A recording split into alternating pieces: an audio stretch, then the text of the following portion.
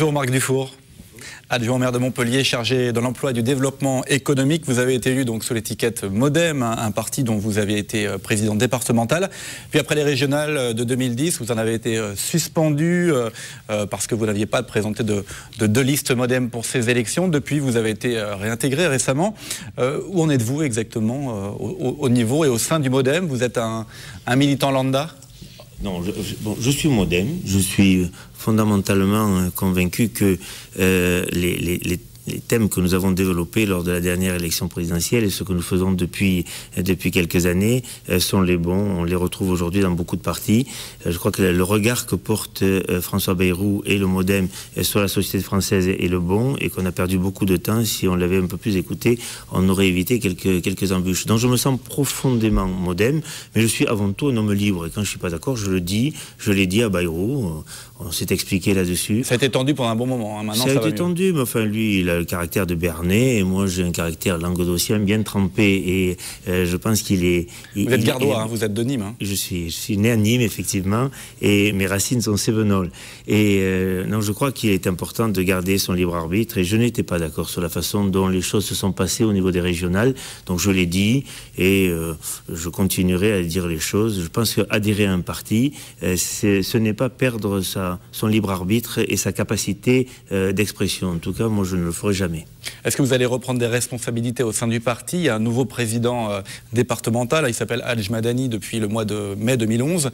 Est-ce que votre ambition, c'est de reprendre la main sur cette fédération PS, MoDem, pardon, de l'Hérault?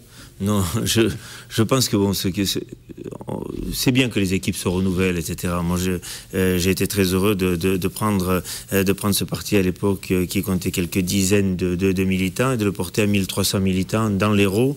J'ai eu également des responsabilités au niveau régional sur les 5 départements. J'ai conduit la liste en 2004. La première élection régionale où on se présentait de manière indépendante vis-à-vis, à l'époque c'était l'UDF, vis-à-vis de la droite locale, et ça a été très très dur. Je pense que ces combats-là ont apporté quelque chose au MoDem, et en tout cas aux valeurs du centre. On a montré qu'on pouvait exister de manière indépendante sans être, je dirais, la roue de secours de tel ou tel parti. Voilà. Non, j'ambitionne pas de reprendre des responsabilités au niveau du parti localement, mais je reste président du groupe centriste à la ville de Montpellier, et à ce titre, j'anime à travers une association un débat d'idées pour préparer l'avenir. Ça s'appelle Avenir démocrate, et j'ai des gens qui ne sont pas encartés ni au MoDem, mais qui viennent de différents horizons, qui peuvent venir du PS comme de la droite républicaine. Le groupe centriste d'ailleurs à la mairie de Montpellier est assez large, hein, il dépasse largement les limites du MoDem. Hein. Oui, c'est bien parce qu'il s'est construit progressivement au-delà du MoDem. Philippe Tinez des radicaux de gauche nous a rejoints.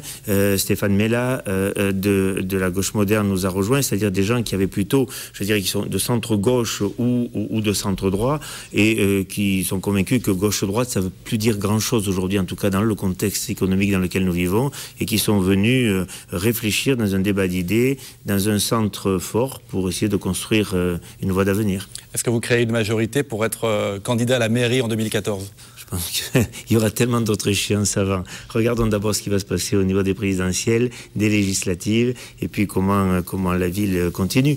Mais il ne faut jamais rien exclure. Moi, la vie municipale est certainement le mandat municipal, celui qui apporte le plus de satisfaction à ceux qui l'exercent. Moi, dans mon mandat d'élu, je retrouve beaucoup de responsabilités que j'ai par ailleurs dans ma vie professionnelle, et cet exercice de responsabilité-là m'intéresse plus que d'autres mandats où on est simplement les porte-parole de partis politiques, comme c'est souvent le cas aujourd'hui avec le fonctionnement de l'Assemblée nationale et pour les députés. Donc Marc Dufour, candidat en 2014, c'est possible? Il faudrait qu'il y ait beaucoup de conditions réunies, mais je dis c'est pas exclu. Pour les législatives, en 2012, est-ce que être député dans l'Hérault ou même dans les Bouches-du-Rhône, pourquoi pas, puisque vous êtes, je rappelle, président de la SNCM à Marseille, est-ce que c'est pareil, vous y pensez en vous rasant le matin? Non, mais pas du tout. Mais je pense que le MoDem devra être présent aux élections législatives dans l'Hérault.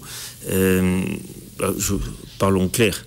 Si Bayrou fait 13-15%, ce qui est loin d'être exclu aux prochaines élections présidentielles, il est évident qu'il va demander, dans le cadre d'un accord qui se passera entre les deux tours, entre le candidat socialiste et le MoDem, il va demander une quarantaine de circonscriptions.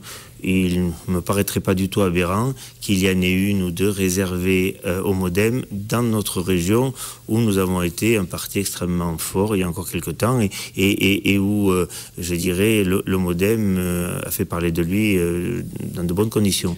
Donc je pense qu'il y aura vraisemblablement des candidats MoDem aux prochaines législatives. Est-ce que le MoDem peut encore faire des scores, les scores que vous évoquez? Est-ce que le MoDem de 2011 ou de 2012 est le même que celui de 2007, de 2008?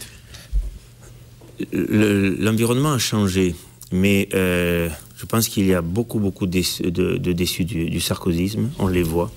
Que les clivages qui se sont opérés au niveau des primaires, au niveau du Parti socialiste, ont créé un certain nombre de blessures, et c'est pas la photo où on est tous unis qui va changer quelque chose. Il y a au sein du Parti socialiste deux grands mouvements. Il y a les réformistes, menés par Hollande, etc., avec lesquels il n'y a pas de différence majeure sur les grands thèmes. Ce qui nous unit est beaucoup plus important que ce qui nous divise.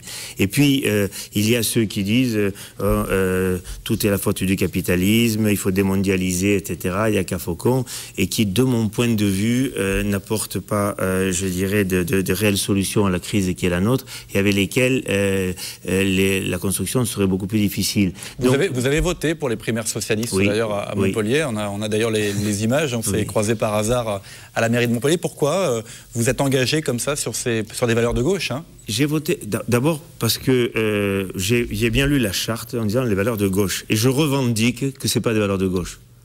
Hein, parce que accepter le principe de la liberté, de l'égalité, de la fraternité, c'est le fondement de la République et c'est le fondement de l'action démocratique pour laquelle je me bats tous les jours. La solidarité est également un thème qui n'est pas étranger. Donc j'ai voté pour des valeurs qui sont les miennes. Tant mieux si ce sont celles qui aujourd'hui représentent la gauche, mais elles ne représentent pas que la gauche. Ça c'est le premier point. Deuxième point, je considère que les primaires, c'est un exercice démocratique extraordinaire.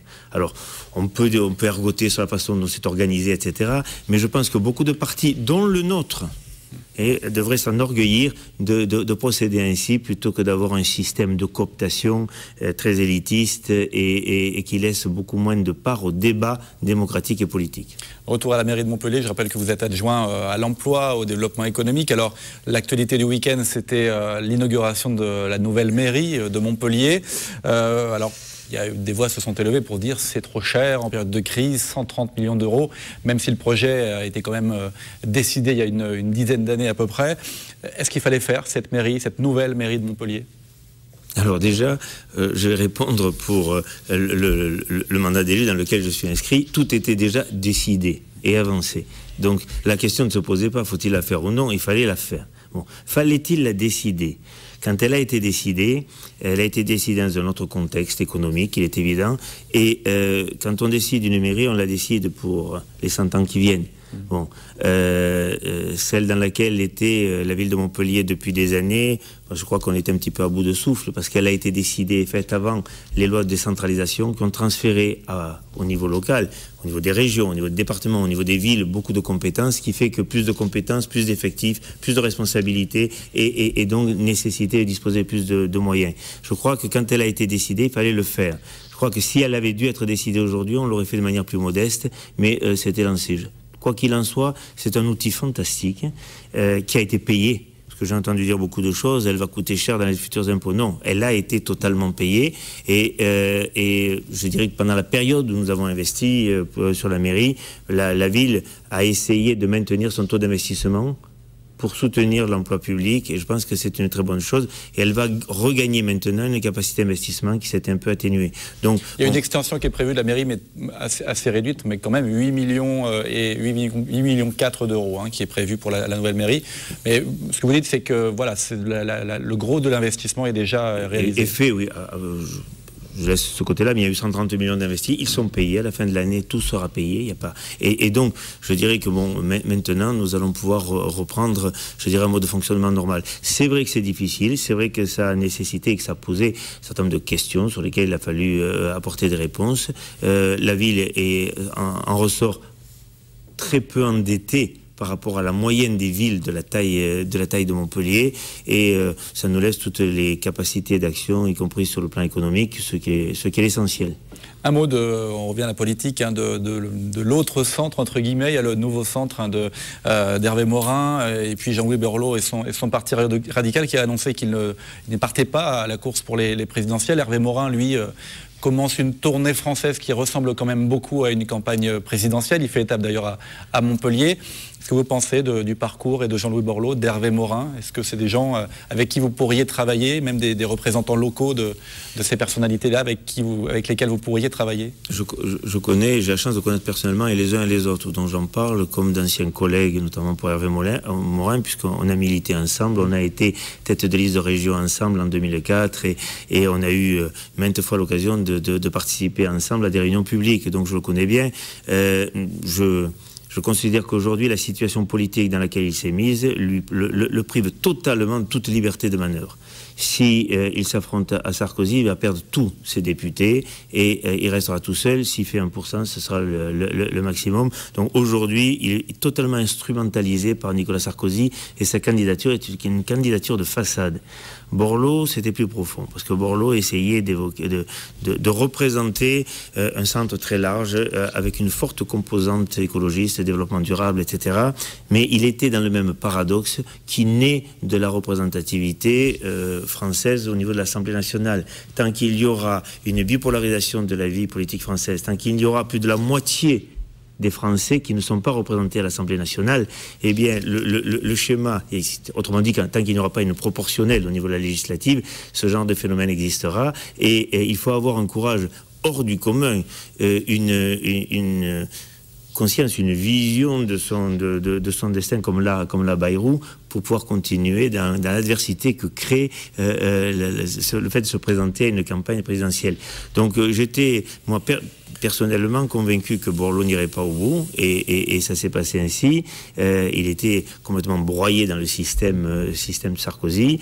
À mon avis, Morin n'ira pas bien loin aussi, parce qu'au bout, il fera un score totalement négligeable. Le seul candidat centriste, le seul candidat réformiste, c'est Bayrou. Donc Bayrou, qui est un excellent candidat, va faire 13-15% minimum. Et donc là, je pense qu'il va compter pour le deuxième tour de la présidentielle. Une question avec une réponse très très courte. Comment ça se passe à la SNCM, donc dont vous êtes le patron?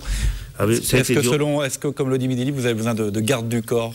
Non, enfin, ça c'est une rumeur malveillante. Certains voudraient me faire passer pour ce que je ne suis pas. Je suis un homme de dialogue. Ça a été dur. Quand il faut être rigide dans ses convictions, j'ai su l'être, mais là on vient de s'engager sur un plan de développement remarquable, avec un renouvellement total de la flotte, avec un maintien de l'emploi, avec une vraie ambition pour la SNCM, et pour la première fois depuis 10 ans, non seulement on a regagné des parts de marché, on a gagné des passagers, mais l'ensemble des syndicats ont validé les options que j'ai faites. Donc jamais ça s'est aussi bien passé sur un plan social. Je pense que Midi Libre serait bien inspiré de vérifier les rumeurs qu'il comporte. Merci Marc Dufour d'être venu sur ce plateau. À très bientôt. Merci.